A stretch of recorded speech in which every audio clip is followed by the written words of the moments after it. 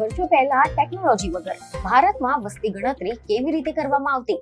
પોસ્ટમેનથી લઈને digital India સુધી કેટલું બદલાયું છે ભારત? જાણો ભારતની સૌથી મોટી સરકારી કવાયત, ભારતની વસ્તી ગણતરીનો અજાણ્યો ઇતિહાસ. નમસ્કાર દર્શક મિત્રો, દિલોક સત્તા શોમાં આપનું સ્વાગત છે. દર્શક મિત્રો, આજે આપણે 2026ના એવા ડિજિટલ યુગમાં જીવી રહ્યા છે કે જ્યાં દરેક સરકારી યોજના, દરેક આંકડો અને દરેક ગણતરી આંગળીના ટેરવે ઉપલબ્ધ છે. હવે તો વસ્તી ગણતરીમાં પણ અતિ આધુનિક ટેકનોલોજી, સેશન્સ એપ્સ અને ઓનલાઈન પોર્ટલની મદદ લેવામાં આવી રહી છે. પરંતુ શું તમે ક્યારેય વિચાર્યું છે કે જ્યારે દેશમાં ન હતા સ્માર્ટફોન, ન હતું ઇન્ટરનેટ, ન હતા કમ્પ્યુટર્સ કે ન હતી કોઈ પણ સરકારી એપ્લિકેશન, ત્યારે ભારત જેવા અતિ વિશાળ, વિવિધતાથી ભરેલા અને લાખો ગામડાઓમાં વહેંચાયેલા દેશની વસ્તી ગણતરી કેવી રીતે કરવામાં આવતી હતી? તમને જાણીને આશ્ચર્ય થશે કે સ્માર્ટફોન અને સરકારી એપ્સ આવી તેના પહેલા ભારતે વિશ્વની સૌથી વિરાટ આંકડાકીય કવાયતોમાં સ્થાન ધરાવતી વસ્તી ગણતરી હાથ ધરવા માટે પોતાની સૌથી મોટા હથિયાર એટલે કે તેના વિશાળ પોસ્ટલ નેટવર્કનો સહારો લીધો હતો. જી હા, એ જ આપણું ટપાલ ખાતું કે જેણે પત્રો, પોસ્ટકાર્ડ, સ્મારક ટિકિટો અને અનોખા પોસ્ટ માર્ક દ્વારા દેશના ખૂણે ખૂણે વસ્તી ગણતરીનો સંદેશ પહોંચાડ્યો હતો. અને હવે જ્યારે ભારત પોતાની 16મી અને 1947માં આઝાદી મળ્યા પછીની 8મી વસ્તી ગણતરી માટે સંપૂર્ણ સજ્જ થઈ રહ્યું છે, ત્યારે આ એક અદ્ભુત પ્રદર્શન સોશિયલ મીડિયા અને ઇતિહાસના પાનાઓ પર ધૂમ મચાવી રહ્યું છે. આ પ્રદર્શન આપણને એક એવા સમયમાં પાછા લઈ જાય છે કે જ્યારે નાગરિકોને રાષ્ટ્રીય ગણતરી માટે પ્રોત્સાહિત કરવા માટે વિશિષ્ટ પોસ્ટ માર્ક, રંગબેરંગી ટપાલ ટિકિટો અને સરકારી પત્રોના ભૂલાઈ ગયેલા ઇતિહાસને ફરી એકવાર અદ્ભુત ઝાંકી કરાવી રહ્યું છે. ઉદાહરણ તરીકે, ભારતની વર્ષ 2001ની વસ્તી ગણતરી નિમિત્તે બહાર પાડવામાં આવેલી એક ખાસ ટપાલ ટિકિટને યાદ કરીએ તો તેમાં લોકાભિમુખ એવા સુંદર સ્લોગનોની બિલકુલ નીચે 4 લોકોનો એક નાનકડો હસતો રમતો પરિવાર દર્શાવવામાં આવ્યો હતો. એટલું જ નહીં, તેના પ્રથમ દિવસના કવર પર એટલે કે ફર્સ્ટ ડે કવર પર રંગીન ભીડના દ્રશ્યોની સાથે ભારતની અદ્વિતીય વિવિધતા વ્યક્ત કરવામાં આવી હતી. જ્યારે તેના પોસ્ટ માર્કમાં પુરુષો, મહિલાઓ અને બાળકોને એકબીજાના હાથ પકડીને અર્ધવર્તુળાકારમાં ઊભા દર્શાવવામાં આવેલા હતા, જે સ્વયં પોતાની ગણતરી કરી રહેલા એક જાગૃત દેશનું અતિ પ્રતિકાત્મક અને સુંદર ચિત્ર હતું. મીડિયા અનુસાર એવી માહિતી સામે આવી રહી છે કે બેંગલુરુની વિખ્યાત અઝીમ પ્રેમજી યુનિવર્સિટીના અર્થશાસ્ત્રના પ્રોફેસર વિકાસ કુમાર દ્વારા યોજવામાં આવેલું આ પ્રદર્શન અત્યારે સમગ્ર દેશમાં ચર્ચાનો વિષય બન્યું છે. કારણ કે આ પ્રદર્શન ભારતની ટપાલ વ્યવસ્થા કેવી રીતે આઝાદી પછીના શરૂઆતના દાયકાઓમાં દેશના નવનિર્માણ માટેનું એક અણધાર્યું અને સૌથી સક્ષમ સાધન બની ગઈ તેની અદ્ભુત ઝલક આપે છે. આપણે ઇતિહાસમાં જઈએ તો આપણને સમજાશે કે 1947માં જ્યારે ભારત આઝાદ થયું ત્યારે આપણી સામે અગણિત સવાલો અને સમસ્યાઓ હતી. સ્વતંત્ર ભારતને એક મજબૂત, આયોજનબદ્ધ અને અર્થશાસ્ત્રનું નિર્માણ કરવા માટે તેમજ સાર્વત્રિક પુખ્ત મતાધિકારના આધારે દેશમાં લોકશાહીની પ્રથમ ચૂંટણીઓ યોજવા માટે તાત્કાલિક ધોરણે અત્યંત ભરોસાપાત્ર અને સચોટ વસ્તી વિષયક આંકડાઓ પર ભારે જરૂર હતી. અને દેશના આ નવા પ્રજાસત્તાક રાષ્ટ્રના રાજનૈતિક અર્થતંત્રમાં વસ્તી ગણતરી એટલી બધી મહત્વપૂર્ણ હતી અને પાયાની બાબત હતી કે આપણા ભારતીય બંધારણને આખરી સ્વરૂપ આપવામાં આવે તેના પૂર્વે જ આપણી બંધારણ સભાએ વર્ષ 1948માં જ સેશન્સ એક્ટ એટલે કે વસ્તી ગણતરીનો કાયદો પસાર કરી દીધો હતો. જો આપણે આ પ્રદર્શનમાં રાખેલા જૂના પોસ્ટ પર નજર કરીએ છીએ તેવી ખબરો સામે આવી રહી છે કે જાન્યુઆરી 1951માં આંધ્રપ્રદેશના નંદીકોટકુરથી રવાના કરવામાં આવેલું અને દિવસો બાદ મદ્રાસ એટલે કે આજના ચેન્નઈ પહોંચાડેલું એક જૂનું એન્વેલપ જોવા મળે છે, જે ભારતની આઝાદી પછીની સર્વપ્રથમ વસ્તી ગણતરીનું જોરો શોરોથી પ્રચાર કરતા સૌથી જૂના દ્વિભાષી પોસ્ટ માર્કમાંથી એક ઐતિહાસિક પોસ્ટ માર્ક ધરાવે છે. આ કાર્ડે ચિત્રાત્મક જે સ્ટેમ્પ છે તેમાં 3 વ્યક્તિઓનું એક નાનકડું કુટુંબ દર્શાવવાની સાથે હિન્દી અને અંગ્રેજી બંને ભાષામાં સેશન્સ ઓફ ઇન્ડિયા 1951 લખેલું હતું. જે આ આખા યુગનું સૌથી વધુ અને વ્યાપકપણે ઉપયોગમાં લેવાયેલું વસ્તી ગણતરીનું સત્તાવાર પોસ્ટ માર્ક બની ગયું છે. પરંતુ એ સમયે નવી બનેલી ભારત સરકાર સામે તાત્કાલિક ધોરણે બે બહુ જ મોટા અને ગંભીર પડકારો આવીને ઉભા હતા.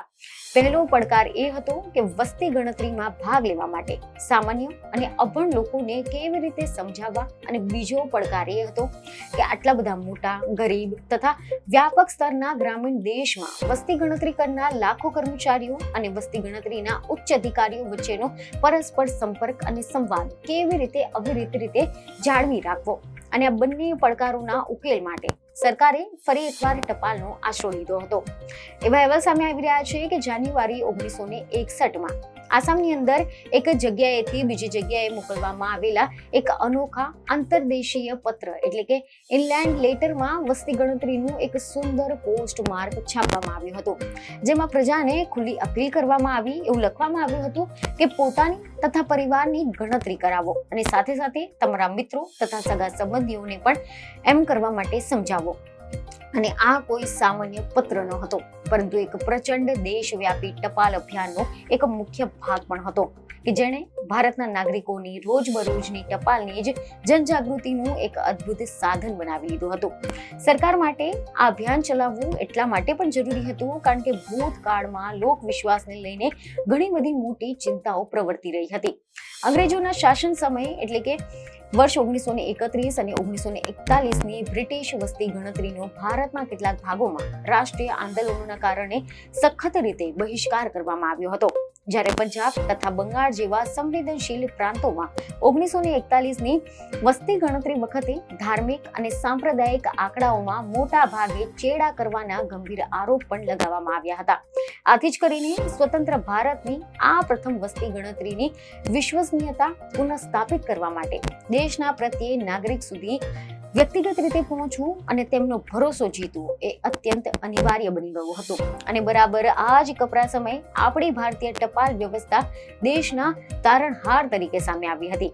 એક બીજું ઉદાહરણ જોઈએ તો ફેબ્રુઆરી 2001માં રાજસ્થાનના દૌસાથી જયપુર મોકલવામાં આવેલું એક સાદા પોસ્ટ કાર્ડમાં હિન્દી ભાષામાં વસ્તી ગણતરીનું એક સત્તાવાર પોસ્ટ માર્ક પણ જોવા મળે છે, જેમાં ભારતીયોને કોઈ પણ પ્રકારના ડર કે ખચકાટ વગર તેમને અને તેમના પરિવારજનોની સાચી અને સચોટ વિગતો સરકારી કર્મચારીને પૂરી પાડવાનો આગ્રહભર્યો અનુરોધ કરવામાં આવ્યો હતો.